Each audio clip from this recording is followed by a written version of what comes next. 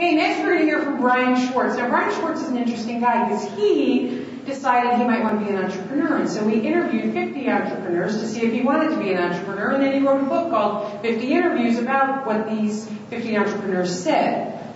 He didn't put that in his tweet because it would have been too long, but I thought you might want to know. So here's his tweet. There are certain things that you can only understand by creating them for yourself. Do that which fuels your passion. Question your old beliefs and embrace uncertainty. So here's Brian Schwartz talking about Ignite the Entrepreneur Within.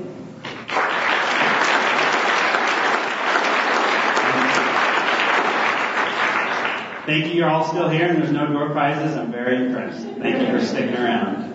Okay, so I'm going to teach you how to ignite an entrepreneur within, what took me a year to learn. I'm going to share with you in 5 minutes. If you hate Californians and if you hate Texans, you should really hate me because I've lived in both places before I went to Fort Collins. So, yep. So where do you see yourself in 10 years? This was really the question that really started it all off. Now, if I'd asked all of you that question 10 years ago, would you have all said here? And that's something to ponder because my answer to that question was no. And my Twitter ID is at Brian Schwartz. So I've kind of sprinkled things about me throughout this presentation since my bio was only 140 characters.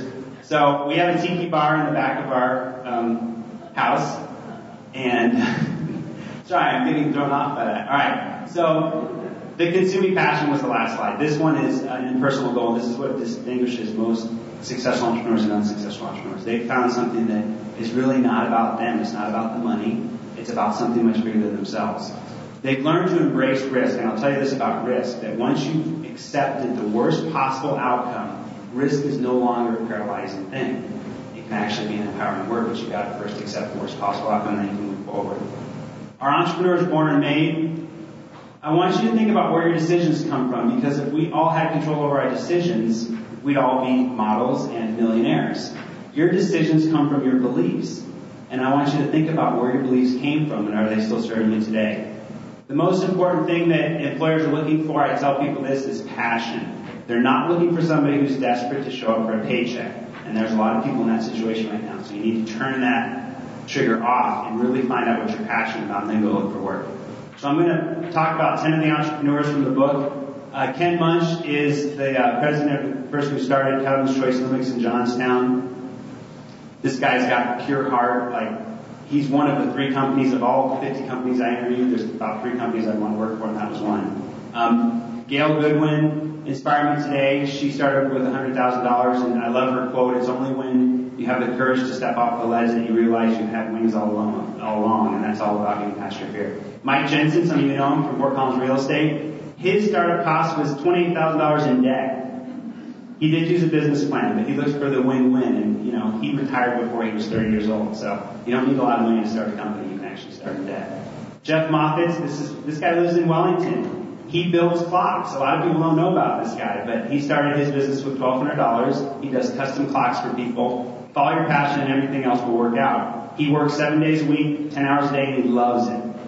Donna Pisaki, the thing I love about Donna is it was when she lost her daughter, when her daughter was 21 years old, that she declared the world could take nothing more from her. And at that point, she pretty much threw all caution in the wind, and there was nothing else that she was afraid of. Doug Odell, if you like New Belgium, if you like that tire, you should be thanking Doug Odell, because it was only after he started Odell Brewery that Jeff Levish had the guts to start New Belgium. He had been talking about it for years, but once Doug Odell actually started, which by the way was the first one, back to New Belgium, Kim Jordan was the most amazing interview. She's just such a grounded person for somebody who's achieved so much success. Did they use a business plan to start New Belgium? No. Think about that. And $50,000 or $60,000.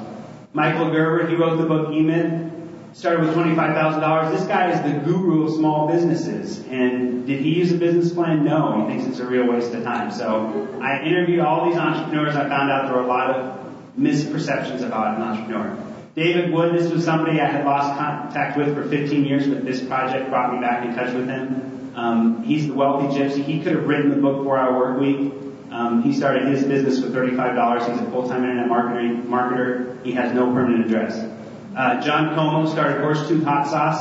After looking for work for 6 months and not being able to find it, he said, screw him, I'm starting my own company. And he started Horsetooth Hot Sauce. So I think entrepreneurism is really where a lot of people are going to wind up. The sticker giant. If you Google sticker, this company comes up. It's a little company in Hygiene, Colorado. John Fisher is the master of social marketing, and has proved that he's really built an amazing company around it. And Christine Comerford, she was here. I'd just like to share this story. I could not get an hour with her, so guess how I got my interview? I offered to drive her back to the airport.